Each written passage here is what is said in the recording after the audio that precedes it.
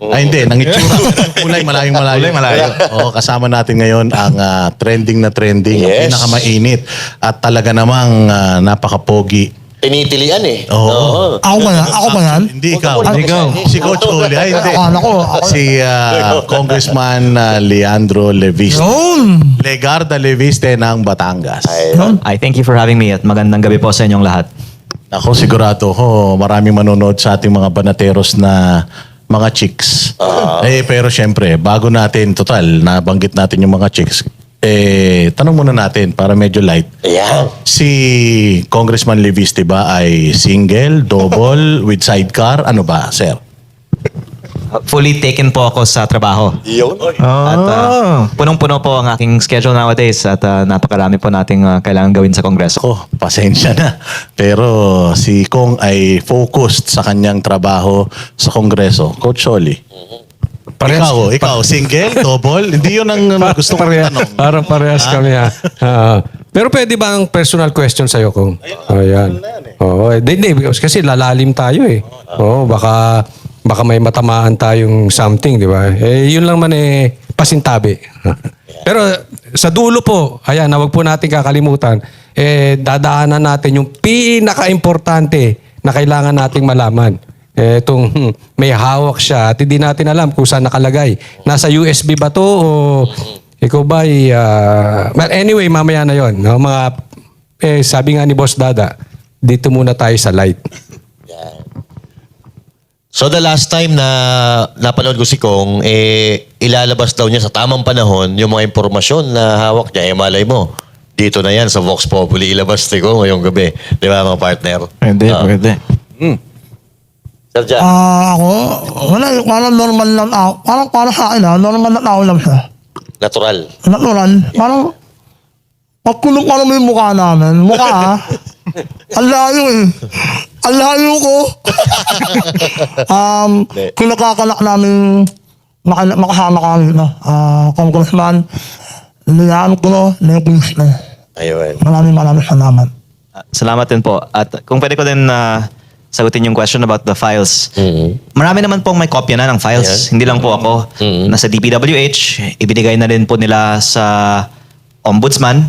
At ako po ay actually hindi nagbibigay ng maraming mga interviews sa media the last few days kasi hinahayaan ko na lang sila muna Yes. na magpaliwanag tungkol sa pagre-release ng mga files na ito. At ang magandang developments, sinasabi naman nila na ina-authenticate nila ngayon. Kaya abangan natin kung sa mga susunod mga araw may ilalabas na impormasyon ang Ombudsman o DPWH. Pero may mga na-post naman na din po ako sa Facebook na pwede ko naman din pong talakayin mamaya. So abangan natin yan. Abangan natin yan sa paglaon ng ating programa ngayong gabi. Makabang-abang to. Kasi Pero nung- simulan natin. Congressman Leandro Leviste, is this your first time na maging congressman or nung 19th Congress? Ako po ay first term ngayon at 32 lang naman po ako. Mukhang ako mas bata pa eh. Kaya actually- yung iba nga hindi makapaniwala na congressman na ako. Yes. So, doon sa distrito ninyo, before you, sino po ang congressman? Eric Buhain na ang kanyang asawa ay matagal na rin congressman at actually doon ko nga nakita na napaka-laki ang potensyal ng pagbago sa politika dahil sa aking distrito 3 dekada isang pamilya ang kinatawan ng unang distrito ng Batangas sa Kongreso at hindi alam ng tao for all this time na may ganitong katiwalian sa DPWH. At ang lumalabas pala, lahat ng mga proyekto sa aking distrito ay lutong bidding at substandard. At dapat ngayong 2026, wala nang lutong bidding o korupsyon sa DPWH ng unang distrito ng Batangas. Kaya kayang-kayang gawin naman po basta yung congressman ay hindi kukuha sa mga kontraktor. Isa ba sa motivation mo kung nung tumakbo ka ngayong nung nakaraang eleksyon is nung nakita mong katiwalian ng 19th Congress? I can say that my initial reason is I saw the underdevelopment of the mostly agricultural first district of Batangas. Malapit lang sa Maynila pero konti lang ang industriya at akala ko ang government infrastructure tulad ng DPWH ang makakatulong para sa pag-unlad ng aking distrito. Pero nalaman ko nung ako'y bagong halal na para makakuha pala ng budget para sa aking distrito, kailangan ang mga taga DPWH ay pipili ng certain contractor. At lumalabas, wala palang bidding sa buong DPWH. Kaya bagong halal pa lang ako, nakapasok ako sa ganitong mga discussions which led me to learn more about how it works in DPWH. Pero hindi pa ako ganitong ka-exposed sa gravity of the corruption until I actually ended up in Congress and learned more about it. So, you're saying na yung iyong mga nakikita ngayon is just the tip of the iceberg. Opo, yung nakikita ng publiko is the tip of the iceberg. Pero I think kahit na hindi naman binubulgar yung mga detalye, nasa imagination na rin ng publiko na ang buong gobyerno ay may mga traces of corruption. Pero ang actually advice ko sa gobyerno, maging transparent lang tayo. Kasi pag may itinatago tayo, the public will only assume the worst. Kaya nga yung approval ratings ng gobyerno napakababa na ngayon. Ironically, kung ilabas na lang ng gobyerno lahat ng nakatagong impormasyon ngayon, baka mas tataas pa ang tiwala ng publiko. Kung napag-usapan na rin naman natin yung mga files at yung mga expose mo, no? Marami kasi tayo na nakikita ng mga comments ng ating mga kababayan. Ito lang galing ito sa kanila na nakita na natin yan. Dati marami nang bumatikos pero pagdating sa dulo, tumiklop naman. How about you, Kong? Ito ba ilalaban mo hanggang sa dulo? Hanggat mapanagot yung tunay na mastermind, yung tunay na pinuno ng pagnanakaw na ito? Yung first leverage para hindi magbigay ng trouble ang isang congressman, yung tinatawagang incentives sa mga kongresista. Pero ako hindi tumatanggap ng aking sweldo, MOOE o bonus. Yes. Kaya kahit na hindi ako bigyan ng bonus, ay hindi ko naman kukunin. Pero tungkol naman sa budget para sa mga distrito, mabuti naman po at hindi naapektuhan pa ang aking distrito. At sa tingin ko dahil nanonood ang publiko ngayon sa alokasyon ng national budget, kung sakali may, for example, use of political leverage on withholding the budgets of congressional districts, then the government will really be criticized for that. And I hope that this heightened public awareness of how budget has in the past been used as a political weapon will ensure that it will not be used as a political weapon for any political activities this 2026. Kaya ang sagot ko po sa inyong tanong, I believe that in general, public awareness should support people in government to speak out more freely. Secondly, the fact that I do not have any need to benefit financially from my position means that there is less leverage on me. And also, it also helps na wala naman akong vulnerability in terms of past career in politics. Kasi baka ang dahilan na yung iba, tahimik na lang ngayon dahil gagamitin ang kanilang past as a leverage on them kung sila po ay magsasalita. Pero I guess ang problema ng mga binabangga ko ngayon ay masasabi ko po ito, wala silang may bato sa akin. Yes. Kaya Kumbaga fresh na fresh yung bata ang in some respects then pinaka makakapag-damage sa mga binabangga. Ayun, malinaw. Ito kung may nabanggit ka siya kanina na sabi niya walang benefits sa'yo. Okay? Simulan na natin dito yung alam kong ibabato sa'yo. Ito yung normal na ginagawa doon sa mga naglalabas ng baho, doon sa mga syempre tatamaan nito. At yung iba rito nga nagsisimula nang nadidinig ko na. Una, sasabihin nila, yan si Kong na yan, ano yan, may plano yan sa national position on 2028. Kaya kinukuha niyan yung the so-called Duterte votes. Ang sinasabi nila, Coach Oli, magre-retire na nanay niyan. Yan na. Yan ang papalit. Meron ding sinasabi na may handler yan. Ayan, nagpapalaki lang yan ng pangalan. May sumusuporta dyan sa likod. Kaya ganyan yan. So ano masasabi nyo doon? Actually, yung nagsasabi na yung actions ko ay driven by political calculation are disproven by the fact na kung tanungin mo yung mga political experts, mali nga yung ginagawa ko. Kasi marami akong mga binabangga na nagiging kaaway ko na baka will come back to bite me pagdating ng eleksyon. Pero sa akin, ang importante, lumabas yung katotohanan, bahala na po sino yung matatamaan kahit na it's actually in the conventional wisdom not a good politics to make so any enemies. Kasi yung mga pinaka-successful nga sa mga election minsan yung mga playing safe eh. Yes. Pero ang ibang mga hinahangaan ko sa politika, yung mga nagpapakita ng courage kahit na minsan na it's not easy to have a lot of enemies. On the point of motives, I think that my life will be so much more peaceful kung tahimik na lang ako tulad ng mga ibang nasa kongreso. Pero the truth is, while it's difficult to make enemies, it's also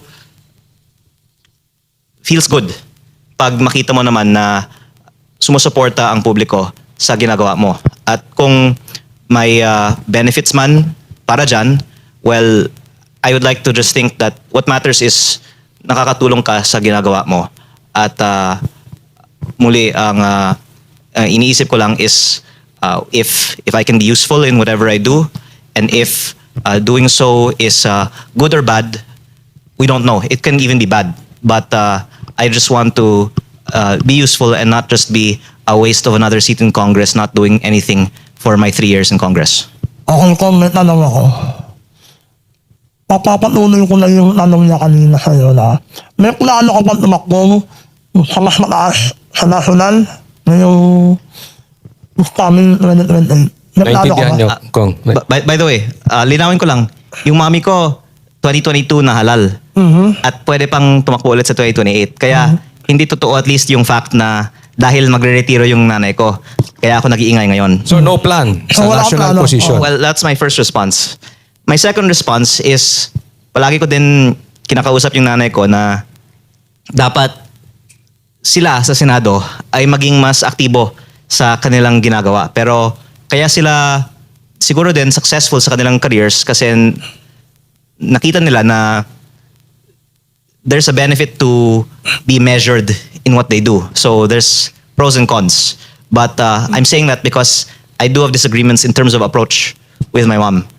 At siguro, again, thinking about what should be done, kung hindi nangyayari yung mga nakikita kong dapat mangyari, for example, sa Senado, kakausapin ko yung mom ko.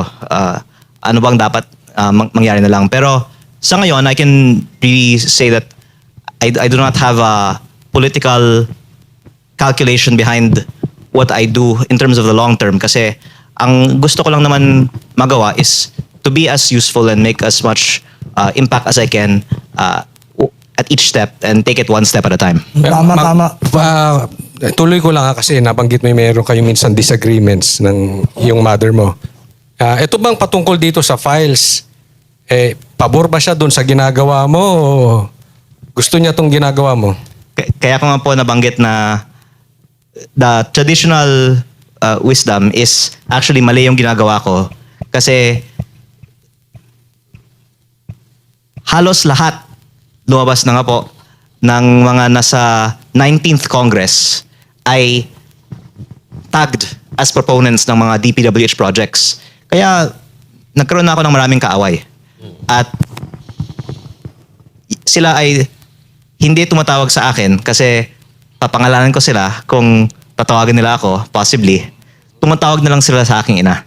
Kaya actually, pag nadidiscuss ko ito sa ibang mga interviews, at this point nagiging medyo emotional ako kasi ikinalulungkot ko nga po na maraming pressure sa akin through my mom na tumahimik tungkol dito.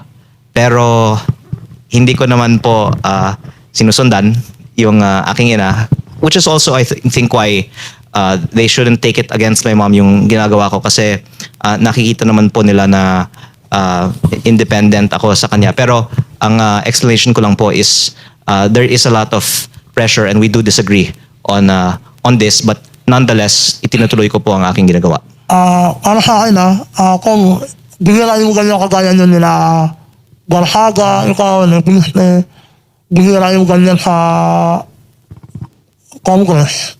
Sana mas marami pa kagaya nyo. Kasi ako matanda na ako, mas matanda pa ako sa'yo. Pero ngayon lang ako nakakita ng congressman na nakakatakaw. Mas nakakabata. Pero actually, I would like to salute the approach of my colleague, Congressman Barzaga. Pero ibang-iba yung approach namin. Si Congressman Barzaga, all out siya. Okay. Opo, ako po, mas Chill lang, chill. May strategy. ina-calculate ko muna the best approach. At kaya din ko po ito binabanggit kasi hinihingi ko din yung patience ng ating mga kasamahan. Minsan, kung for example, nagtatanong sila bakit hindi ko pa ginagawa ang isang bagay, lahat naman po ay nakaplano naman. At I think pag mangyari na po lahat, makikita naman na may deliberate reason for why I do what I do. Sana bago matapos yung show natin, kahit pisil lang ng may ero kang mailabas dito na Bago. Oo, di ba? Bago. Meron siyang na bago na pangalanan ang isang mataas na nasa Kongreso. Pwede. Pwede, no? Oo. Paring RJ. Kung natawag kasi ng pansin sa akin yung paggaling ka ng yung sa Nasugbo, ang dami nyo pong tarpaulin doon. And syempre, bilang isang mamamayan, naisip ko, ito gastos na naman, pera na naman ng gobyerno to. And sinabi mo sa iyong interview from, I think, Jessica Soho, na hindi ka tumatanggap ng, hindi mo kinukuha yung MOOE mo. So which is, ito yung operational budget ng congressman na from 10 billion, pumalo siya ng I think 17 billion. Can you explain about this? Actually, yung sa Nasugbu, saan ka ba? GMA.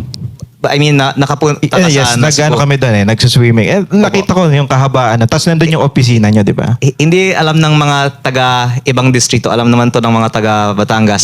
Private property yun. Kaya nga. Oo. Yung parang aso-karera, tama? Opo. So, may ongoing investment ako doon Yeah. Oh. sa property na may mga tarpaulins ko.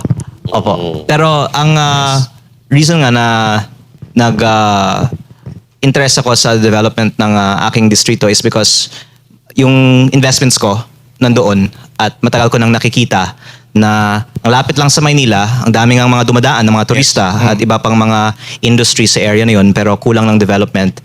At gustong-gusto ko na makita in my lifetime na mag-develop ang Western Batangas.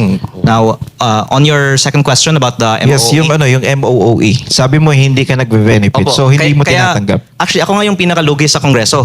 Kasi yung personal funds ko, ang ginagamit ko para sa lahat ng aking district activities, kasama din yung pinamigay ko na Noche Buena Pax sa Bawat Pamilya sa aking distrito. Nagbigay po ako in 2024. Tapos kahit na walang election, nagbigay din po ako ulit para sa Bawat Pamilya in 2025. Meron din akong program to give allowances to students at iba pang mga educational assistance. Lahat po ito ay mula sa aking Sarili mong pera. personal na contribution dahil I'm very fortunate na I'm 32. I sold my company when I'm 30. And part of why I entered politics was because I had this so much privileges that I didn't know how I can spend in my life, if not to share it with other people.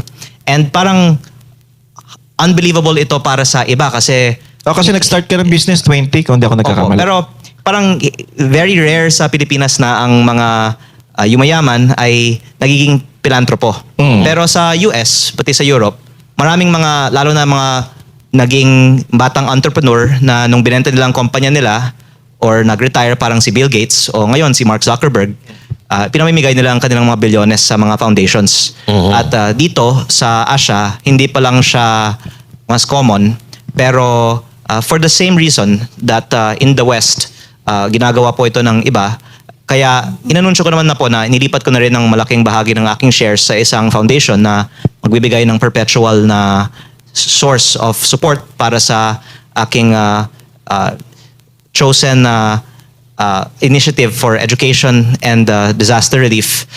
This is all from my personal funds And it's because I've been so fortunate naman to benefit from my business in my life that the least I can do is to share it with others. Itong mga pilantropo na sinasabi mo, they never entered politics. Why did you enter politics? Pwede ka naman daw tumulong. Nagagawa mo ng tumulong nung wala ka sa politika. Then why enter politics? Actually, marami naman mga pilantropo din like si Mike Bloomberg na pumasok sa politika o si Elon Musk nakikialam ngayon sa politika. Actually, ang idol ko si Elon kasi yung advocacy niya is to lower government spending. At marami nga siyang mga bureaucracia sa US na gusto niyang buwagin. At hindi lang siya panagtagumpay kasi napakatindi ang resistance pag gusto mong buwagin ng bureaucracia. Pero ang napansin ko kasi, maraming mga negosyante na kahit na tayong mga hindi kasing laki nila, gustong maging kasing laki at matagumpay na negosyante katulad nila. Pero yung mga matagumpay naman na negosyante, nababoard din sa kanilang buhay. Gusto naman nila makialam sa politika. Kaya marami din mga nakikialam sa mga political parties dito sa Pilipinas na mga negosyante. So it's really a natural reaction, I think, because in the end of the day, the means to everyone wants to make a difference in their lifetime, and to make a difference, it's not enough to be in the private sector alone. It also involves the public sector, of course.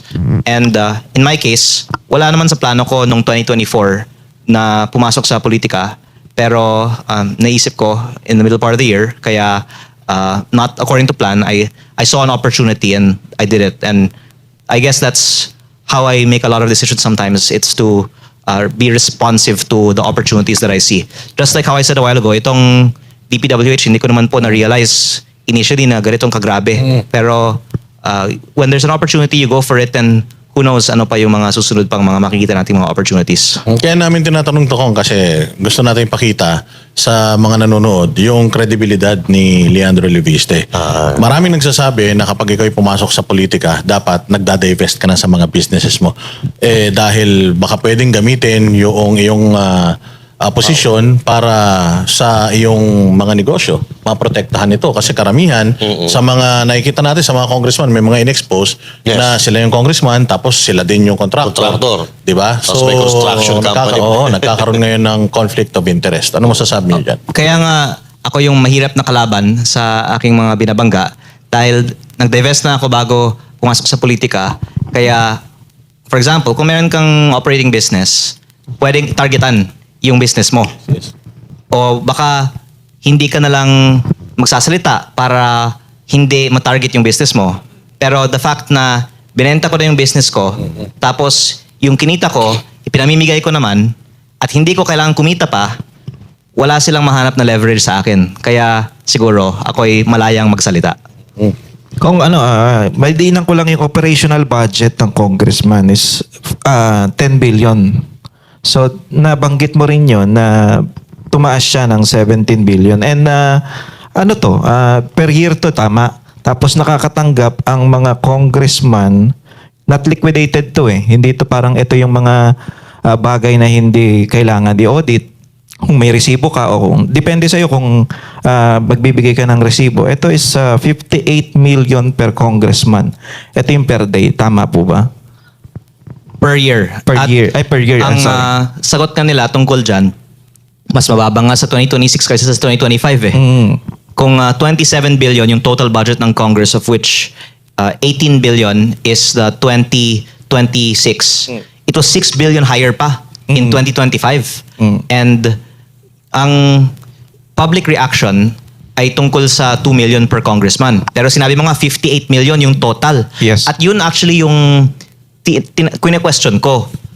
Hindi kung tunay ba na may 2 million. Kasi sinabi na nga ni Deputy Speaker Puno, may 2 million. Ang question ko, saan napupunta yung natitira sa 58 million? Kasi hindi pa ito sinasagot ng Kongreso. May 58 million per congressman talaga. Baka 10 million dyan, nasa kuryente, tubig, bond paper, ibang mga operating expenses ng Kongreso. Tapos meron tayong na-account na 20 million para sa ating mga office budgets, kasama dyan yung mga break bonus. Yeah. Pero yung natitira, meron kasing mga confidential literally nakalagay sa breakdown, confidential fund sa breakdown ng Congress, pero dapat pala natin malaman saan napupunta. Meron din other miscellaneous expenses at kasama dito ang professional services na pambayad sa mga consultants ng Kongreso. Meron akong mga nakausap ng mga consultants na nagsabi sila po ay binabayaran ng cash kaya walang listahan at dapat talagang i-deklara ng Kongreso so sino ang lahat ng mga consultants na ito at meron din opisyal na programa ang Kongreso na CARE program para sa mga social media consultants. Nagte-training sila sa Kongreso tungkol sa ano yung ipapost nila sa Facebook para ipagtanggol ang kabutihan ng Kongreso. At ang lumalabas, ang kalahati ng mysterious MOOE fund na ito ay maaaring napupunta sa social media activities at baka yung mga paboritong mga influencers natin sa Facebook na nagtatanggol para sa Kongreso at sa budget ng Kongreso ay pinupondohan pala ng budget ng Kongreso. Nabanggit niyo yun ba yung nakabayong yung binibigay sa kanila or naka-paperback? Opo, yung iba. Mismo nagsabi sa akin na sila po ay binabayad ng cash sa supot o backpack. Sana all. Ay ano ko, mabalikan ko lang. Di ba Sana ikaw din, all. may MOOE. Pero sabi mo hindi mo kinukuha yon. So saan nanggagaling talagang pera mo yung pinambabayad o pinangpapasahod mo sa mga tao mo? Opo. At maliit lang yung binibigay ng Kongreso kumpara sa Iba. halaga ng Noche Buena para sa lahat ng mga pamilya sa aking distrito. Kaya yun nga yung sinasabi ko na walang ma-withhold na budget ang Kongreso sa akin kasi kahit na hindi ako bigyan, hindi ko naman kinukuha at mas malaki naman ang ginagastos ko. Hindi ka talaga nila masusuhulan, ano? Kasi yun ang nangyayari sa ibang Congress eh. Parang congressman, sinusuhulan sila kaya nananahimik. Opo. Kasi kung anong reason, ba't hindi mo tinatanggap samantalang tinatanggap naman nila? And ikaw, kung halimbawa tatanggapin mo naman yung MOE mo, alam naman ng tao mapupunta sa nama dahil matuwid ka. Pwede mo Kasi namang sa tingin ko, isubuhan. baka balang araw, lahat ng mga congressman pwedeng makasuhan tungkol sa saan napunta yung MOOE nila. Okay. So napag-usapan na rin na lang naman natin yan. Kasi base doon sa pinag-uusapan natin, marami talaga na tumatanggap ng mga congressmen. So ngayon, kung ikaw ay ordinaryong Pilipino kong, magtitiwala ka pa ba sa Kongreso? Well, karamihan naman ng mga Pilipino ay nagtitiwala sa kanilang kongresista. At I think that has to still be reconciled. But perhaps in the coming election, many members of Congress will need to explain some more because many of these revelations are only coming more recently. But I think that Congress as an institution has a very low trust rating. Now. So that answers your question that maybe only 20% of the public approves Talaga, of Congress as an institution. And that's why I find it funny that many people are defending the budget of Congress as if they think that it will change the public's perception. I think the best way to defend Congress is not through words but through action. Yes. And to just show the public where the money is going. Tama. Ito nga, napaka-unfair, no? Katulad lang sinasabi mo. Ikaw, kumukontra ka sa katiwalian, kumukontra ka sa mga nakawan sa gobyerno. Samantalang itong iba, alam naman nila na may nangyayaring hindi maganda sa gobyerno. So, alam ko ito, suntok sa buwan ito eh. Kasi kailangan mo munang mapatunayan na kasabwat sila sa pagnanakaw bago mo sila maparusahan. Pero in the future, naiisip mo ba, alam mo suntok sa buwan ito, pero magagawan kaya nating ng paraan para ma-sanction itong mga trabahador ng gobyerno na nananahimik, na obvious na may nangyayaring katiwalian o nakawan sa gobyerno? Baka wala na pong matitira. Pero ang maganda ding development ngayon, marami din mga rank and file na nagbibigay na rin ng impormasyon. Yes. Kaya I'm very thankful to the people that send me messages on Facebook or my email. And yun din po ay isa sa mga sources ng aking mga inilalabas, yung mga whistleblowers na nagbibigay ng impormasyon. Kaya hindi naman yung buong gobyerno ay Yes. walang konsyensya. May mga tao na nagtatrabaho sa mga government offices na nakikita nila yung mga masamang ginagawa at humahanap po sila ng mga ways to report what they see. Yun. Yung nabanggit mo yung baka wala nang matitira. Hindi. Siyempre, meron matitiro dyan. Meron dyan, for sure. No? Pero dun sa, focus tayo dun sa lower house, sa mga congressmen. Ilang kayong porsyento? More or less lang ha. Hindi naman natin pwedeng ma-eksakto yan eh. Meron pa bang kalahati dyan ng matino? 10%, 20%, 30%? May mga congressman kahit na matagal nang nasa Congress na talagang hindi tumatanggap ng kickback. Dahil I of course hear it from them. I also hear it from people in their districts and I believe them. Pero I guess they also are not confrontational to stop the actions happening in their district engineering offices. Parang hindi lang nila papakialaman yung corruption. Kaya yung nangyayari, yung mga district engineering office staff ng DPWH ang kumukuha ng porsyento sa mga proyekto. Dahil, syempre, yung kausap naman ng contractor at yung mga nagbabayad sa contractor ay yung DPWH office. Depende na lang sa kanila kung may i-remit nila sa congressman. Kaya ako natanong kung ilang porsyento kasi para makita natin gano'n na ba kalalim talaga ang problema natin dun sa sistema. Pero ang point ko is actually, sa buong bansa, meron talagang kickback sa DPWH. The question lang is kung sa ilang mga distrito, may mga hindi nagre-remit sa congressman. Pero hindi pwedeng i-deny na may kickback sa lahat ng mga opisina ng DPWH sa buong bansa. At ang proof dyan, yung testimony mismo ni dating Yusek Roberto Bernardo. Pero in terms of in Congress, I guess there are many also who are not partaking in that themselves. But I think the problem for the whole flood control investigation is when you implicate a few members of Congress who have dealings with many members of Congress, talagang maraming mga madadawit dyan. And I am very curious to see in the next few weeks how they will file charges on a few who have dealings with many. And if eventually it will either mean that many will have to be involved or they will have to make some reason why not is it everyone safe to will be say affected. na itong ghost projects, itong flood control projects anomaly, it started on the 19th Congress? Ang sinasabi naman ay hindi pa ako napanganak at corruption ng DPWH, di ba? At ang difference lang was the amount. Nung araw, di ba, 70 million per congressman, 200 million per senator. Eh ngayon, baka times 20 ng mga halaga na yan. At ang nangyayari lang, lumaki yung buong government budget. Nung baka 2016, 1 trillion lang ang Yan. ang GAA. Tapos baka by 2022 naging 4 trillion pa. Pero umabot na sa 6.7 trillion ngayong 2026. At as a percentage of GDP, it went from 14% to now 22 or 23%. And the solution, I think, is just to lower government spending. But as long as there is no strong public pushback to it, the temptation is for whoever is making the budget to make the budget as big as possible. Because I guess you want to maximize what you can while you're in the position.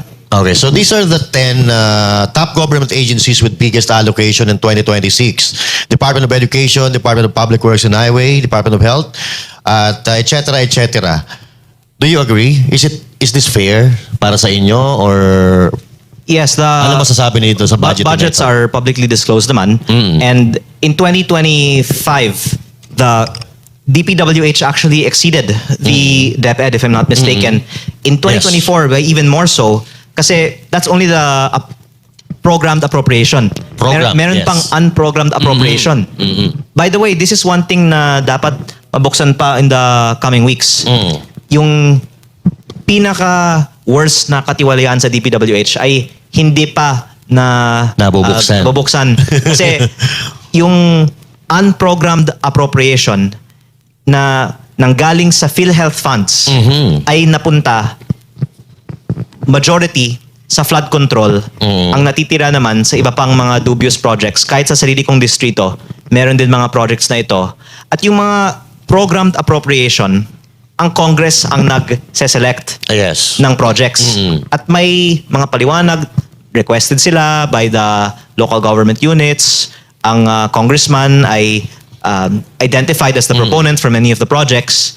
Pero yung unprogrammed appropriation, it's already a fact that galing yan sa PhilHealth Fund. It was so important to divert the PhilHealth and the PDIC to fund these projects. Pero hindi pa nabubuksan ano yung 214 billion pesos of DPWH projects that were funded by unprogrammed appropriation. At ang lumalabas nga po, majority was flood control and almost all of it is substandard.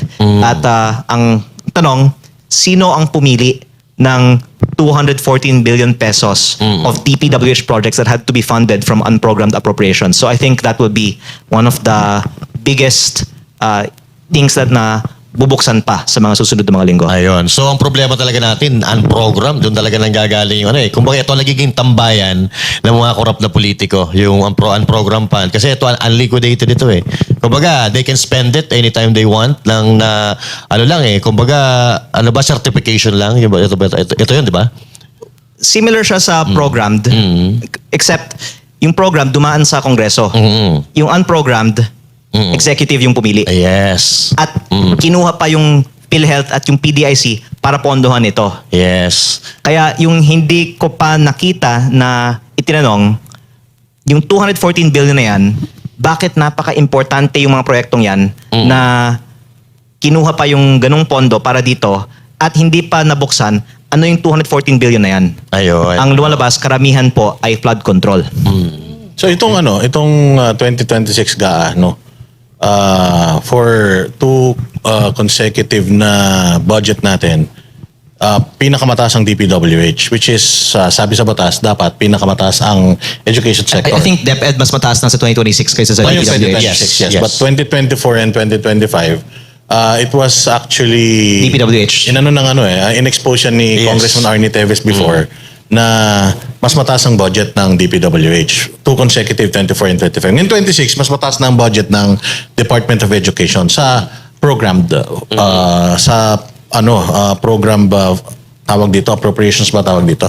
So sa mga unprogrammed, makikita ba natin dun sa mga unprogrammed appropriations nila na I think, parang lumalabas kalahati yung agwat ng tinigilan na rin yung unprogrammed DPWH projects kahit sa 2025 nung nagalit ang publiko tungkol sa unprogrammed in the late part of 2024, sa 2025 tinigil na. And itong 2026 sa na budget, 2026 I think wala nang unprogrammed funded by DPWH. Pero yung 2024 na unprogrammed ay ongoing pa. So this is a little bit technical already, pero yung isang pinananawagan ko ay sana kung tunay na gusto nating tigilan ng korupsyon, dapat yung mga proyekto na proven na funded by corruption and involved in corruption ay ikansela. Pero despite all of the investigations on certain projects, hindi pa nga kinansela ang mga ongoing projects na ito. So, wala pa. May mga nagsasabi baka dahil binayaran na ang mga proyektong ito. So ito, dapat may nagbabanday dito eh. Pero itong Senate kasi, may napanood akong balita na parang walang nag-pick up eh. Pero napanood ko ito one time na yung Senate daw ay hindi na nila itatouch. Hindi sila makikialam sa budget, ipapaubayan nila sa executive, no? At magtatayo daw sila ng parang oversight committee. So, ito ba'y makakatulong kung sila-sila din na naman gagawa, tulad ng ICI? Sila-sila din ang gumawa. Alam ba, sinasabi nga ng publiko na sila ang may kagagawan, pero sila rin mag-iimbestiga. So, is it right para sa inyo, Kong? Oo. Depende kung sinong ilagay nila sa oversight committee. Ang mangyayari nito, sila-sila din na naman na maglalagay kung ng mga tao doon sa oversight committee. Opo. I think kung sincere ang desire for oversight, dapat halo-halo. At pati yung mga nasa minority or nasa opposition ay ilagay din sa oversight committee. Pwede. Para, para kahit may question, itong mga nasa opposition, meron silang representative doon. Kaya lang, ang problema ko bakit hindi makikialam yung Senate? sa budgeting? Kung halimbawa, may nakikita silang katiwalian, may... I think they will be in the oversight committee naman din. Both houses will be there. Pero yeah, dapat pati yung minority Mayroon din, ay dapat. meron din representation sa oversight committee. I see. Kung yung DPWH, tinanggal daw nila yung mga flood control projects, pero nagdagdag naman sila ng, from the original budget na 16 billion, nagdagdag sila ng 17 billion para sa farm to market road.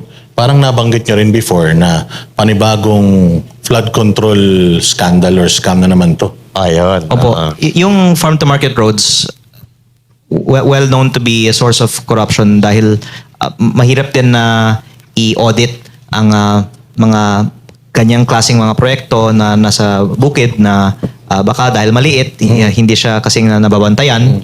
At sa aking distrito, kulang na kulang ang alokasyon ng farm to market roads, pero inalok ako ni Congressman Garjola ng farm to market roads basta siya ang PPD ng contractor.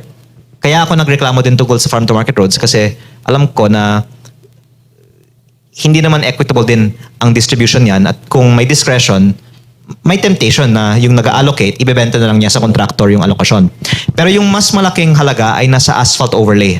At ang ipinagmalaki ng DPWH nung Nobyembre, ang sinabi nilang pinakamalaking reforma na gagawin nila ay ang pagbaba ng presyo ng mga construction materials by up to 50%. Ang pinakamalaking ibinaba ay nasa presyo ng asfalto by up to 67% pa nga. Pero nung Disyembre ay Gusto ibinalik balik, yes. sa dating presyo. In the end, I think binawasan ng konti. Parang sa aking distrito, nagsulat ako sa Committee on Accounts, Appropriations, kung pwedeng ibaba ng 25 to 30% ang presyo ng mga road projects in general, yung mga asphalt projects by 50%.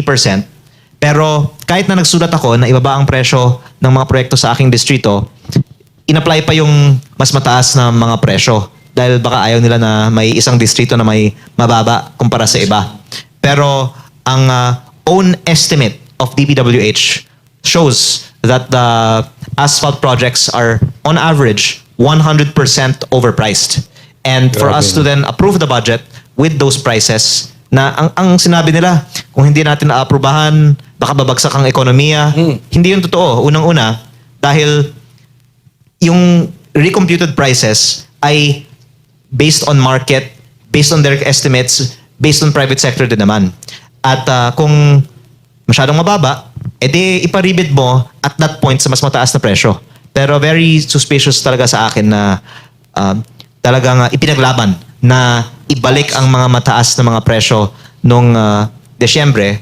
At yun din po ay isang reflection na may bias towards spending ang mga opisyales sa ating gobyerno at hindi nila iniisip na galing naman yan sa utang. Alam nyo naman po na 1.6 trillion pesos ang ating deficit sa 2025. Yan po ay itong utang natin.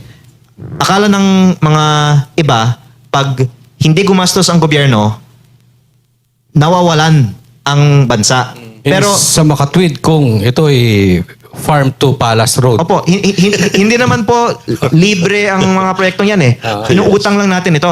Kaya kung nabawasan ang ating spending, the good side is nabawasan din ang ating inuutang. Diba? Pero ang gusto ko lang constructively i-espouse sa Congress this year, kahit wag na tayong magturoan na magnanakaw ka, may corruption dito, bawasan na natin ang ating ginagastos. Pero ang pinaka hindi mo maririnig na salita sa Kongreso ay bakit Magtipid. na lang natin hindi bawasan ng budget o magtipid? Kasi ang nangyari, ipinagmalaki na wala ng flood control. Yung 255 billion pesos inilipat sa Tupad, AX, MAIP, Yun. Farm to Market Road, There is. yung pagbayad ng 60 billion sa PhilHealth. Lipat lang. Pero yung initial budget naman, wala yung mga bagay na yan eh. Kaya bakit hindi na lang yung 255 na yun, tipid. At yung 6.7 naging 6.5. Doon ko po nakikita na yung biggest issue facing our country is the spending, because I'm sorry to go into this more technical discussion here, but the country's deficit to GDP of 6% is already above the recommended levels, especially because our GDP growth is now gonna be just 4% or even less. Sabi daw mag 3 something pa nga. And then the debt to GDP is already 64. It will approach 70 maybe by next year Wow. because we keep on borrowing more than our growth is supporting. And the effect of all this is already around 20% of our government revenues is going to pay interest. If we keep going at this rate, it's going to be 30%. Soon enough, we will not be able to support these big budgets because our revenues are just going to pay debt. And that's also going to increase our cost of borrowing. And one thing that I can say is, if you keep going like this, I think that the people in the financial community will agree with the following statement. By 2027, the Philippines will have a credit downgrade. Nako. In the last 2 administrations, the boon to the economy was we had credit upgrade, kaya dumami ang ating foreign investment. Pag ma-downgrade pa ang ating credit rating, yan yung magiging judgment na ng business community na bagsak ang ating ekonomiya at sana we take action this 2026 on lowering spending before this catastrophic event will happen possibly in 2027. Congressman, may nabanggit ka kanina na si Congressman Guardiola ang namimili ng mga engineer. Tama ba yun? Siya ay nag-allocate ng budget dahil nagpadala sa akin ng listahan ng mga farm-to-market roads. Imbes na DA ang kausap para sa mga farm-to-market Oo. roads, siya ang Siya ang kausap. kausap. Pero tama ba yun? O mali yun? Ay, mali talaga dahil Construction Workers Solidarity Party list siya, hindi naman siya Department of Agriculture. Tama. Eh. So talagang may depekto doon sa ganung ginagawa niya. No? At Kasi kahit- marami na rin nagsabi niyan eh. At kahit ngayon, wala namang transparency tungkol sa paano ipinamamahagi ang 32 billion peso farm-to-market road budget na ito. Basta kung ano yung nakukuha mo, dapat masaya ka na dyan. Pero kaya nga parang may iba na unhappy sa pagka-question ko sa budget allocation process na to. Kasi sa Congress, basta bibigyan ka ng farm-to-market road, dapat manihimik ka na. Tungkol sa Ganun na allocation yung- ng ganun na yung farm-to-market rules road. ngayon. Meron ka na sa'yo. Pero gusto ko malaman, magkano sa kanya? At bakit yan ang ibinigay sa kanya at ito ang nabigay sa bawat isa? Anong meron kay Congressman Guardiola? Bakit parang sinasabi ng iba na madami namang mga contractors din na mga congressman, pero bakit siya yung talagang nakafocus ka? Siya yung pinakamalaki ngayon. Dahil ang ICI nagsabi sa akin, number 1 si Zaldico, number 2 si Garjola, number 3 si Diskaya. Si Kong Zaldi hindi na congressman. Kaya yung pinakamalaking natitira sa kongreso ngayon ay si Garjola. At siya din ay kababayan ko. At kinausap ako mismo tungkol sa mga proyekto sa aking distrito dahil meron siyang mga proyekto sa 2 bayan sa aking distrito. Isa doon, pinakiusap niya sa akin na ipapayag ang LGU na gawing asfalto over concrete treated base instead of straight concreting ng road. Dahil ang sinabi sa akin nga ng aking district engineer, mas mabilis ang trabaho pag asphalt kaysa concrete. Pero mabuti din kung ang ibang mga congressman at ibang mga contractors ay isasama din natin kung maaari po. Pero baka one at a time. Pero may isa rin na rin akong nabanggit. Dahil yung pinakamalaking contractor actually sa aking distrito over the years. Si Kong Garjola kasi recently dumami ang kontrata niya sa aking distrito. Pero over time, yung pinakamalaki ay isang kumpanya, ang pangalan GCI. At meron din isa siyang company, Bicol Gold Rock, owned by the Ebasco family from Camarines Sur. Kaya ko ito nabanggit, kung paari kong linawin ito. Ang isa sa mga kasamahan ko sa Kongreso, sinabi ko, lahat ng mga congressman at party list ay pwedeng mag-submit ng project na isasama ng DPWH sa NEP. At ayon sa listahan ni Yumaong Yusek Cabral, may 150 million ang Bicol Saro party list sa 2025 NEP na napunta sa 2 road projects sa Pamplona at Pasacao, Camarines Sur. At nung sinabi ko to, sinabi ko, ang Bicol Saro Party List ay may proyekto. At ang representative ng Bicol Saro Party List ay si Terry Redon.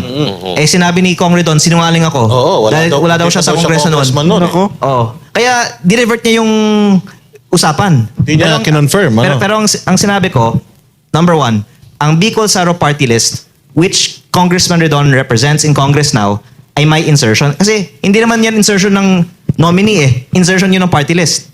Pangalawa, the point I'm making is, yung dalawang insertion, yung buong insertion ng Bicol Saro ay napunta sa isang contractor, si Bicol Gold Rock, na siya din ang pinakamalaking contractor. Kung hindi po ako nagkakamali, humigit 40 billion pesos ang contracts nito sa Kamsur, mga 6 billion sa unang distrito ng Batangas. Isang contractor. At maaaring tignan kung may kaugnayan ang Ibasco family companies sa mga principals ng Bicol Saro Party List. At just earlier actually, I saw si Congressman Nelson Legacion ng Kamsur ay nagbigay ng speech tungkol sa Maharlika Highway going to Bicol. Yes. And mukhang maraming mga taga Bicol na nag-like ng kanyang speech. What yes. do you say about Maharlika Highway, sir? Maharlika Highway, parang sungkaan. During the time of Butas-butas yan? Butas-butas. Kaya Parang mukha ni ano yan, ni Senator ano. Sige, pag umuwi ako ng Bicol, mas gusto ko na mag-airplane kaysa mag-land trip. Kasi kawawa talaga sa sasakyan mo. Promise. Oy, Marami ang nagsasabi niyan. Kahit yung mga company na may mga tour mga tour company, ayaw nila kumuha ng mga client na papuntang Bicol. Totoo yan. Kasi sobrang lala talaga. Unlike before, ngayon nga, sira-sira na. Parang sa tingin ko, hindi siya nami-maintain Wala na nga yung mga dating mga bypass roads na ginagawa, natigil yung iba. Yung maintenance, medyo parang sa tingin ko, hindi nagagawa rin Ano, sasabihin nga ni Sir Jack pag bumabiyahe daw sila dyan, Ito. pag bumabiyahe daw sila dyan, nagkakaintindihan na sila Kasi, Actually, bumiyahe ako last year, March. Bago mahuli si Duterte. Siyempre, lumayas ako sa bahay, makahuli nila ako Siyempre, maka-Duterte na ako Kok lang. Pero bumiyahe ako last March. Bumaan ako ng, actually, hindi lang Bicol Quezon. Mas malala yung Quezon. Akala ko, nung nasa Bicol na ako, nung nakalagay na, welcome, nung Bicol na akala ko wala lang lubak. Times 2. Mas malala ang lubak sa Kamsur. Actually, the road... Kamsur to Cam Norte hanggang Albay. Kalahati ng Albay. Lubak, kalahati. May kumatag. Pero, wag ka. Papasok ko ng Sorsogon. Ang ganda. Promise. Ang ganda lang. Alam mo na ano kayo, Makati? sino ba? Patag. Sino ba Sino ba taga Sorsogon? Siyempre, si Senator Ay. Sis Escudero. Sino ano doon, So Mayor? saan pinaka-lubak-lubak ang Maharlika? Ano, kung Bicol lang Kamsur. Eto, Hanggang- Kong. Ayun. Kasi kauwi ko Hanggang- lang last 2 months ago. That starts from Quezon, Camarines Sur, Camarines Norte. So, hindi Maharlika na Maharlika Highway, napakahaba niyan. Ang Maharlika Highway, mula yan dyan sa Quezon hanggang papuntang Camarines Sur na yan. Na napakalala talaga na nagkaka-traffic kasi minsan kumbaga isang lane lang yung nadadaanan kasi ginagawa nakatiwangwang yung iba. Alam niyo, magandang case study ito Walang official explanation bakit ang Maharlika ay isang highway pero iba-ibang klase ang kalidad ng Maharlika Highway pag Yes. iba-ibang mga probinsya. Yes. At iba-iba din ang mga kontraktor.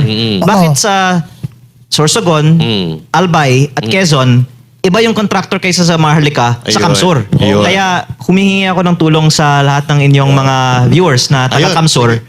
Bakit puro Bicol Gold Rock o GCI ang nananalong contractor sa mga DPWH projects sa Kamsur? Yun po sana ang maimbestigahan natin. Kasi magtataka ka kung kasi bakit sa Albay maganda? Bakit doon sa Sorsogon maganda yung kalsada? Kasi iba yung contractor. Yun. Kaya ang tanong, bakit itong contractor na ito ang nananalo ng halos lahat ng mga ganitong klaseng mga proyekto sa Kamsur? Kung sablay naman yung ginagawa nila doon sa Maharlika, di ba? Bakit sila pa rin yung nananalo? Tama yun, Kong. Oo. Baka sir, alam niyo bakit? mahirap magsalita nang wala tayo Ako na pinakahawakan. magsasabi, ako na magsasabi. Ako na magsabi. Corruption.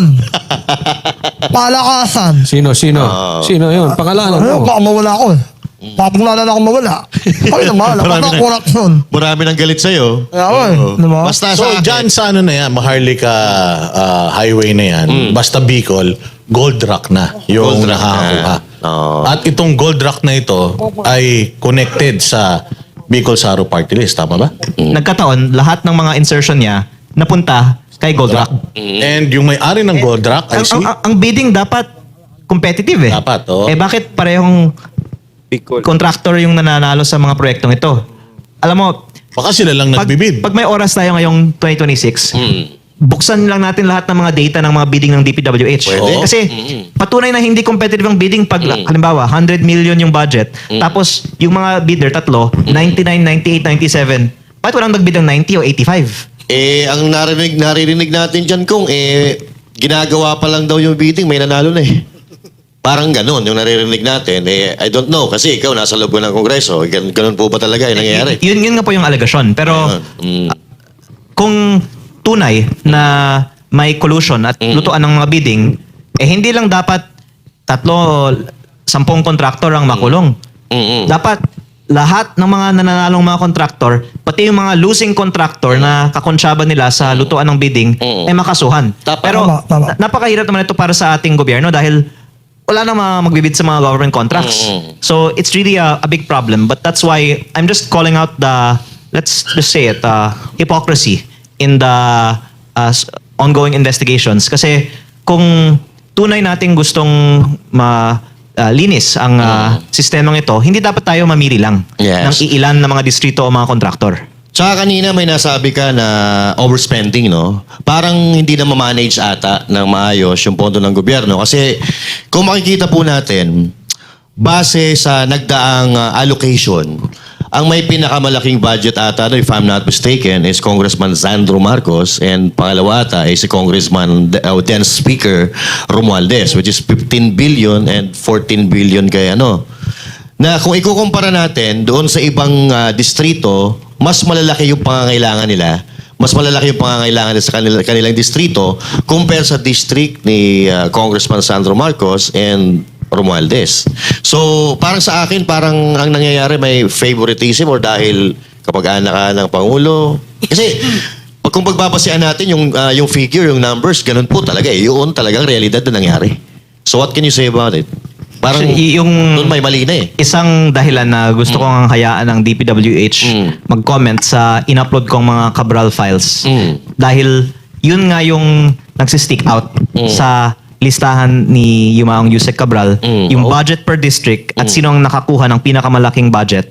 At ito actually ay verifiable based on publicly available data. Yes. At it's a bit funny na such basic information like magkano ang alokasyon ng isang distrito hindi pa naikumpirma ng DPWH. Baka may dahilan Yun. na ayaw nilang ikumpirma. Yes. Pero sana ang media naman sa susunod na pagkakataon na interviewin ang DPWH ay magtanong, totoo ba na ito ang alokasyon? Dahil kung maganda naman ang mga projects, hindi natin dapat ikahiya na malaki ang nadala natin sa ating distrito. Dapat ipagmalaki pa nga natin, di ba? Bakit yung ibang media, pagka yung tanong sa'yo, mabigat? Pero pag nagtatanong sila sa ibang politiko, parang ang gagaan ng mga tanong. Yung ba yung nag-interview yung babae? Pero iba-iba. Hindi lang yung babae na yun, ha? Marami iba. Marami pa. Pagka nakikita nilang may leaning dito sa kabila, matitindi. Talagang binakbakbakan nila ng tanong. Nakakala naman nila, kaya nila. Nakita natin yung interview ni Kong. Talagang wala silang nakuha. Meron Hindi isang nila interview nakulong. si Kong na parang pinalalabas na Duterte aligned siya or Yes. Duterte supporter siya. Sabi DDS daw siya. Yun. Oo, anong masasabi niyo doon? Kasi parang sinabi na wala bang Duterte diyan sa mga ine-expose mo or in-expose mo na mga listahan? Actually, yung funny thing is, baka kung may Duterte, gusto nilang ilabas yung listahan. Yes.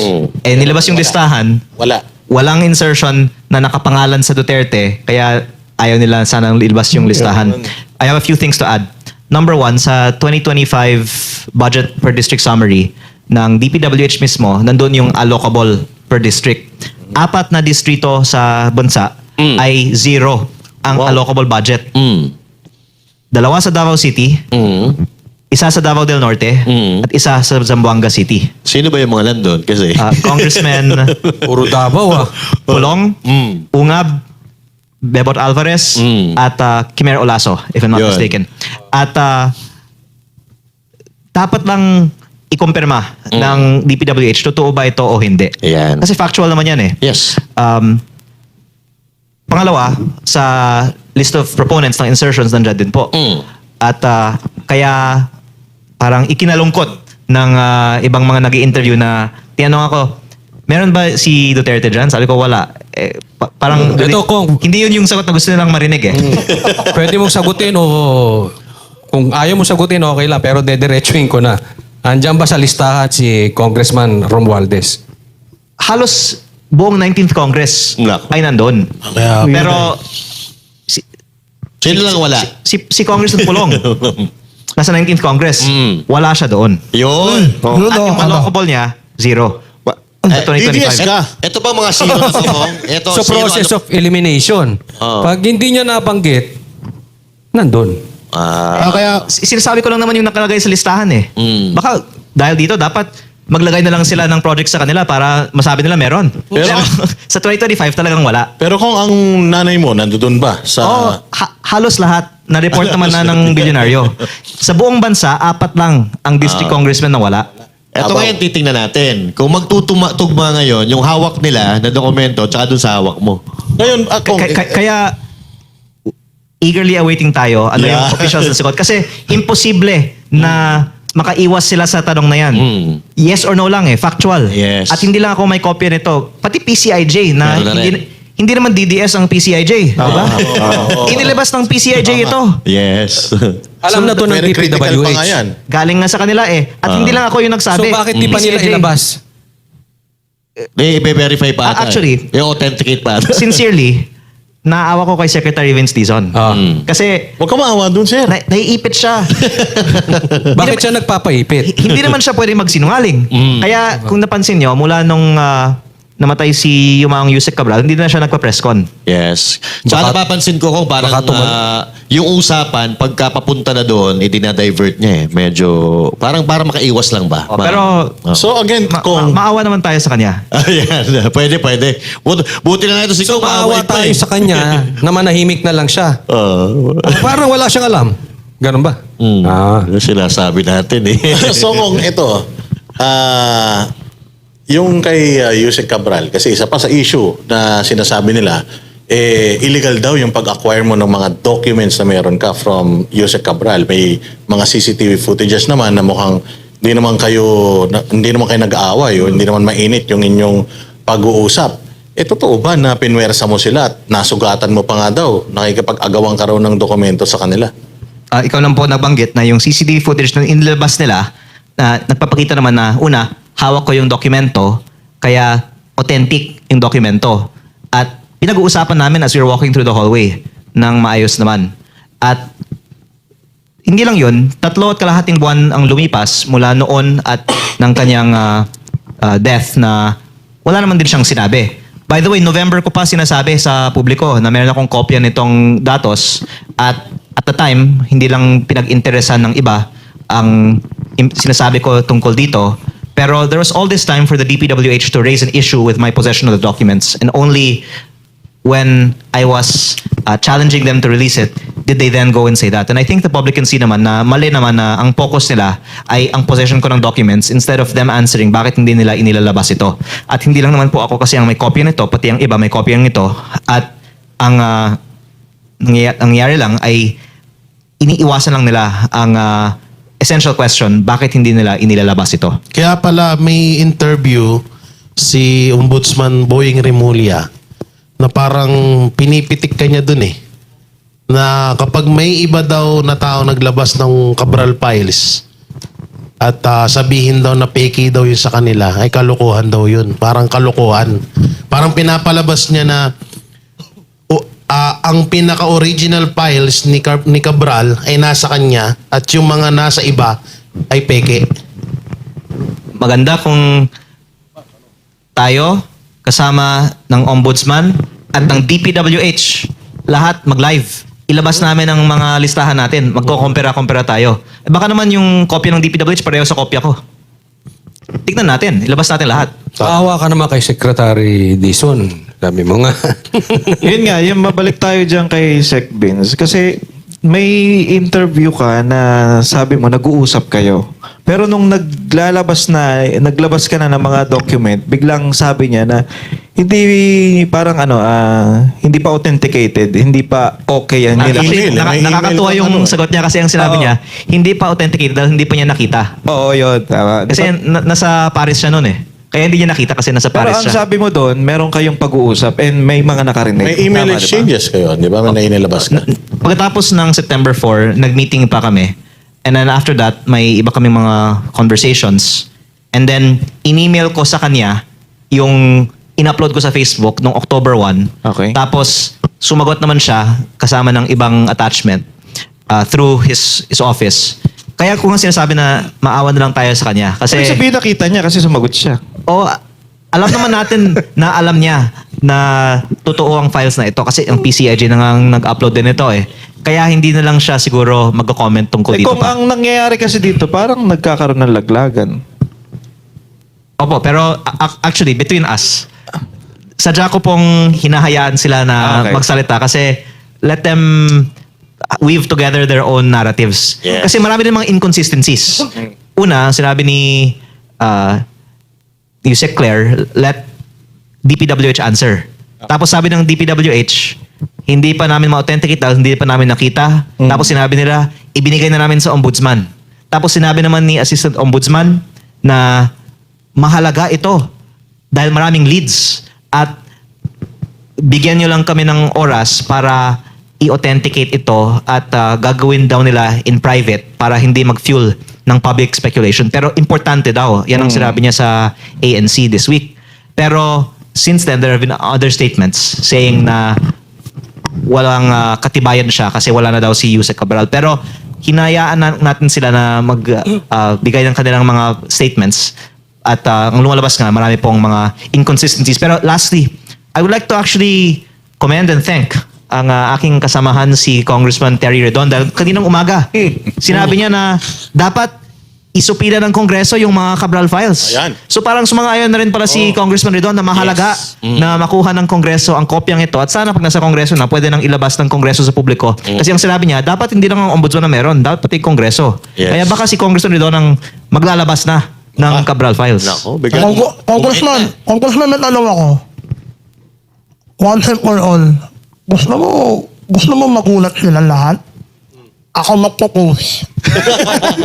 Send mo sa akin yan mamaya, ha? Okay, mga hihingi ng kopya. Abangan nyo.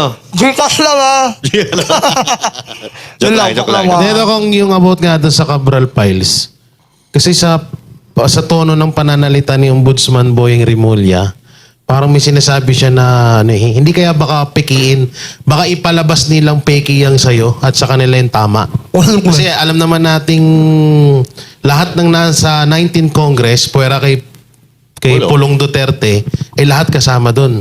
Hindi kaya yun yung iniiwasan nila na parang gumawa sila ng sarili nilang files at yung files na hawak nila, yung sasabihin nilang original at yung sa'yo, pipikihin nila. Nabanggit Hindi ko mo na naisip. sa ibang interview na may nakita na akong kopya na galing sa iba, na galing sa DPWH, na pareho sa kopya ko. Kaya hindi lang ako ang may kopya at recently may mga nag-share na taga DPWH sa iba na pareho ang kopya. At pangalawa, the fact that DPWH spent these trillions of pesos is publicly verifiable. And wag naman tayong maniwala na pinondohan lang ng mga proyektong yun na walang mga proponent. Kaya ang tanong ko, mag-accounting tayo. Sino ang nagpasok ng mga pondong ito kung hindi yung sinasabi ng mga listahang ito na nagpasok ng mga pondong ito, sino?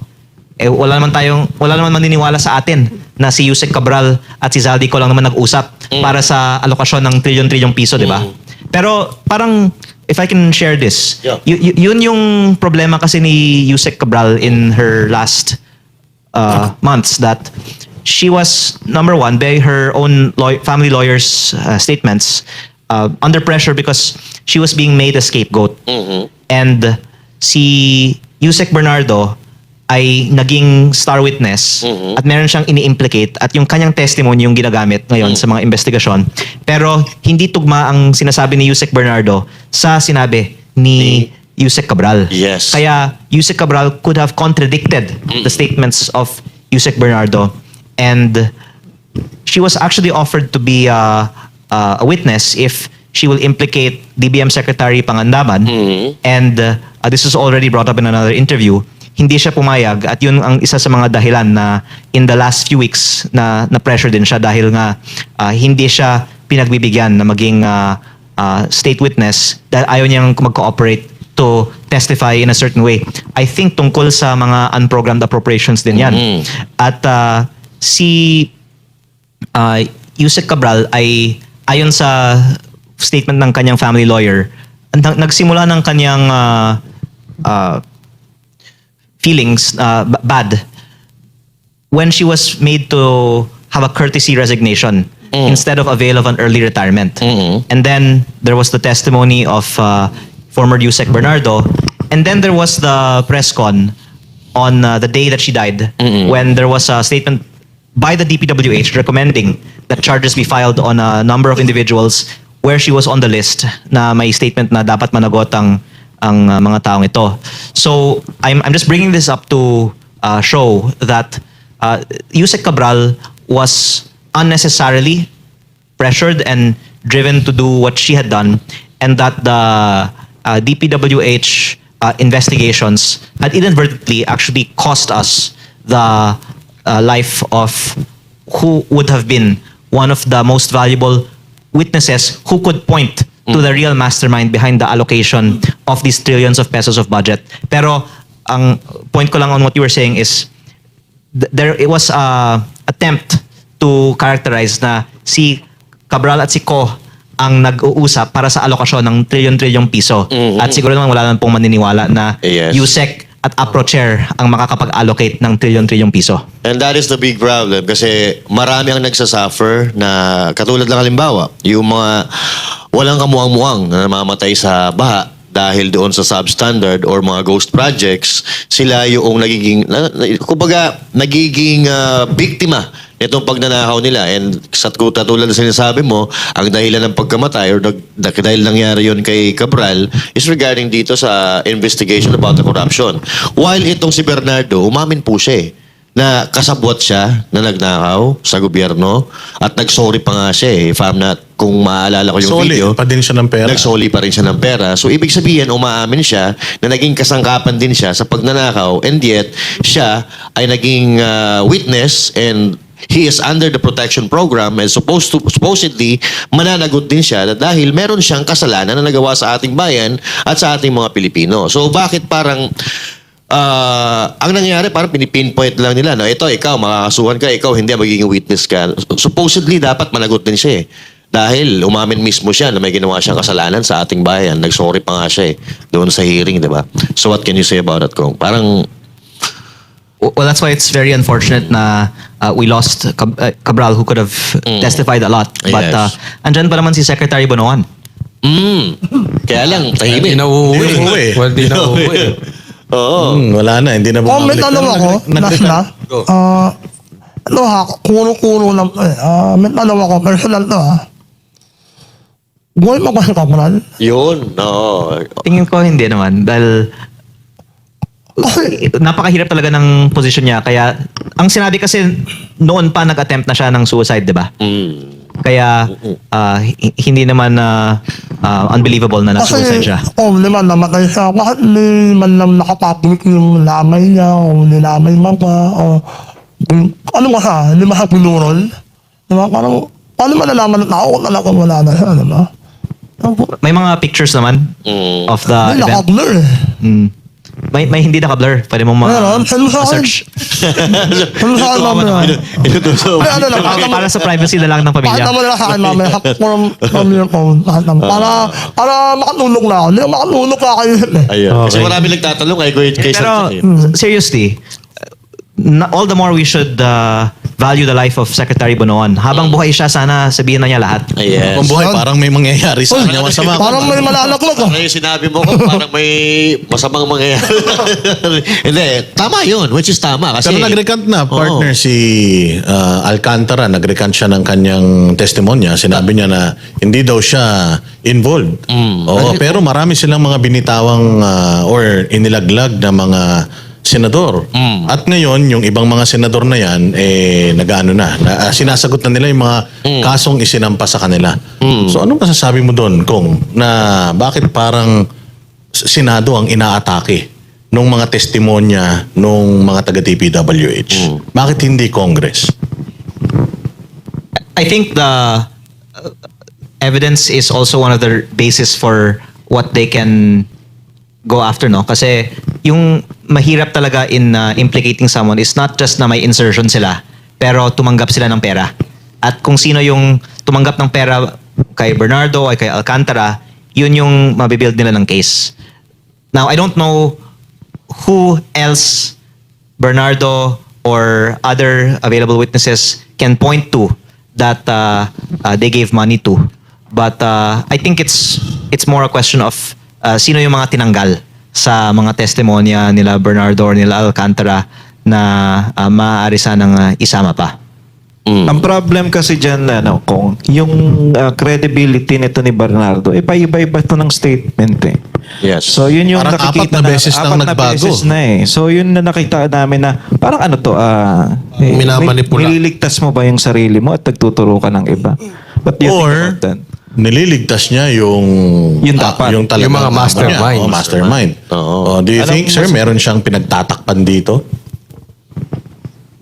Marami naman na pong mga spekulasyon tungkol sa mga natanggal sa listahan. Kaya nga yung listahan ni Yumaong Yusek Cabral ay mahalaga dahil maraming may kopya nitong listahan kaya hindi pwedeng basta-basta magtanggal dito. At yung isang pahayag na tungkol sa laman nitong listahan, I'm sorry to bring this up, is may nabanggit ng at least 5 cabinet secretaries na may allocables. Hoy. Yes. Ako, ngayon. para may nahulaan ako kung sinong sekretary. Sige nga, sige Sa inyo nga. rin galing yan. Imposible At least daw 5 yan eh. At least 5. At least 5. Ilan ba yung nag-resign? Hindi, yung at least 5 na to, nasa gobyerno pa sila eh. Hanggang ngayon? Oo. Diba So yan? yung mga nag-resign or pinag-resign, wala doon sa At least 5 eh. Kaya baka kung isama mo yung mga resign, 6 or 7. Kaya at least 5 ang may allocable. Okay, gawa ka. Gets. Which is illegal ba ito? Maitim ba ito? At least 5 eh. At Iba-iba. least 5. Kasama yung mga nag-resign, at least 7, sabi ni ano eh. Pero di ba, Congressman, naipasa mo na rin yan kala Kiko Barsaga, kay Lako. Elijah, yung files na yan. Opo. Yun yung nakita ko sa post. Dininay ni ano, At ipapasa ko din kay Jack. Ipapasa mo rin yan. Yun. Jack. Pero ito, seriously Kong, since marami nang nakakalat na yung files na yan, at sabi mo, hindi rin pwedeng i-deny ito ng DPWH. So hindi, kung hindi man tama yung ilalabas ng ombudsman at sa inyo, ibig sabihin, talagang meron silang gustong pailalim na galaw dito. Kasi hindi tatama. Okay. In short, dapat siguro itulak natin ang itulak to. Hindi ito mamatay. Kontakin nyo lang kami, Banateros. Araw-arawin namin to kasi kailangan lumabas to eh. Importante lumabas kasi hindi na nila ito madideny since marami nang may hawak. At tama din na, as you said, the public pressure is important para sila yung maglabas. Dahil kung ilabas ko, sasabihin lang nila, peke. Ngayon, kung ilalabas nila at buo, salamat. Kung ilalabas nila at may tinanggal, maraming mga magsasabi na may natanggal. Yun. At yung pinakagusto na siguro ng iba, malimutan lang ng publiko ang topic na ito. Yun. Pero as long as the public is calling for it, then hindi dapat maiwasan na lumabas ang listahan mula sa kanila na may authentication at kailangan sagutin sino yung at least 5 na may allocable. Let's say Yan ang Banateros, walang inuurungan. Pag tama palakpakan, pag mali ay babanatan. Yan ang Banateros, boses ng ordinaryong Pilipino. Banateros ay walang makakaawan, walang inuurungan. Banateros ay tinutulungan.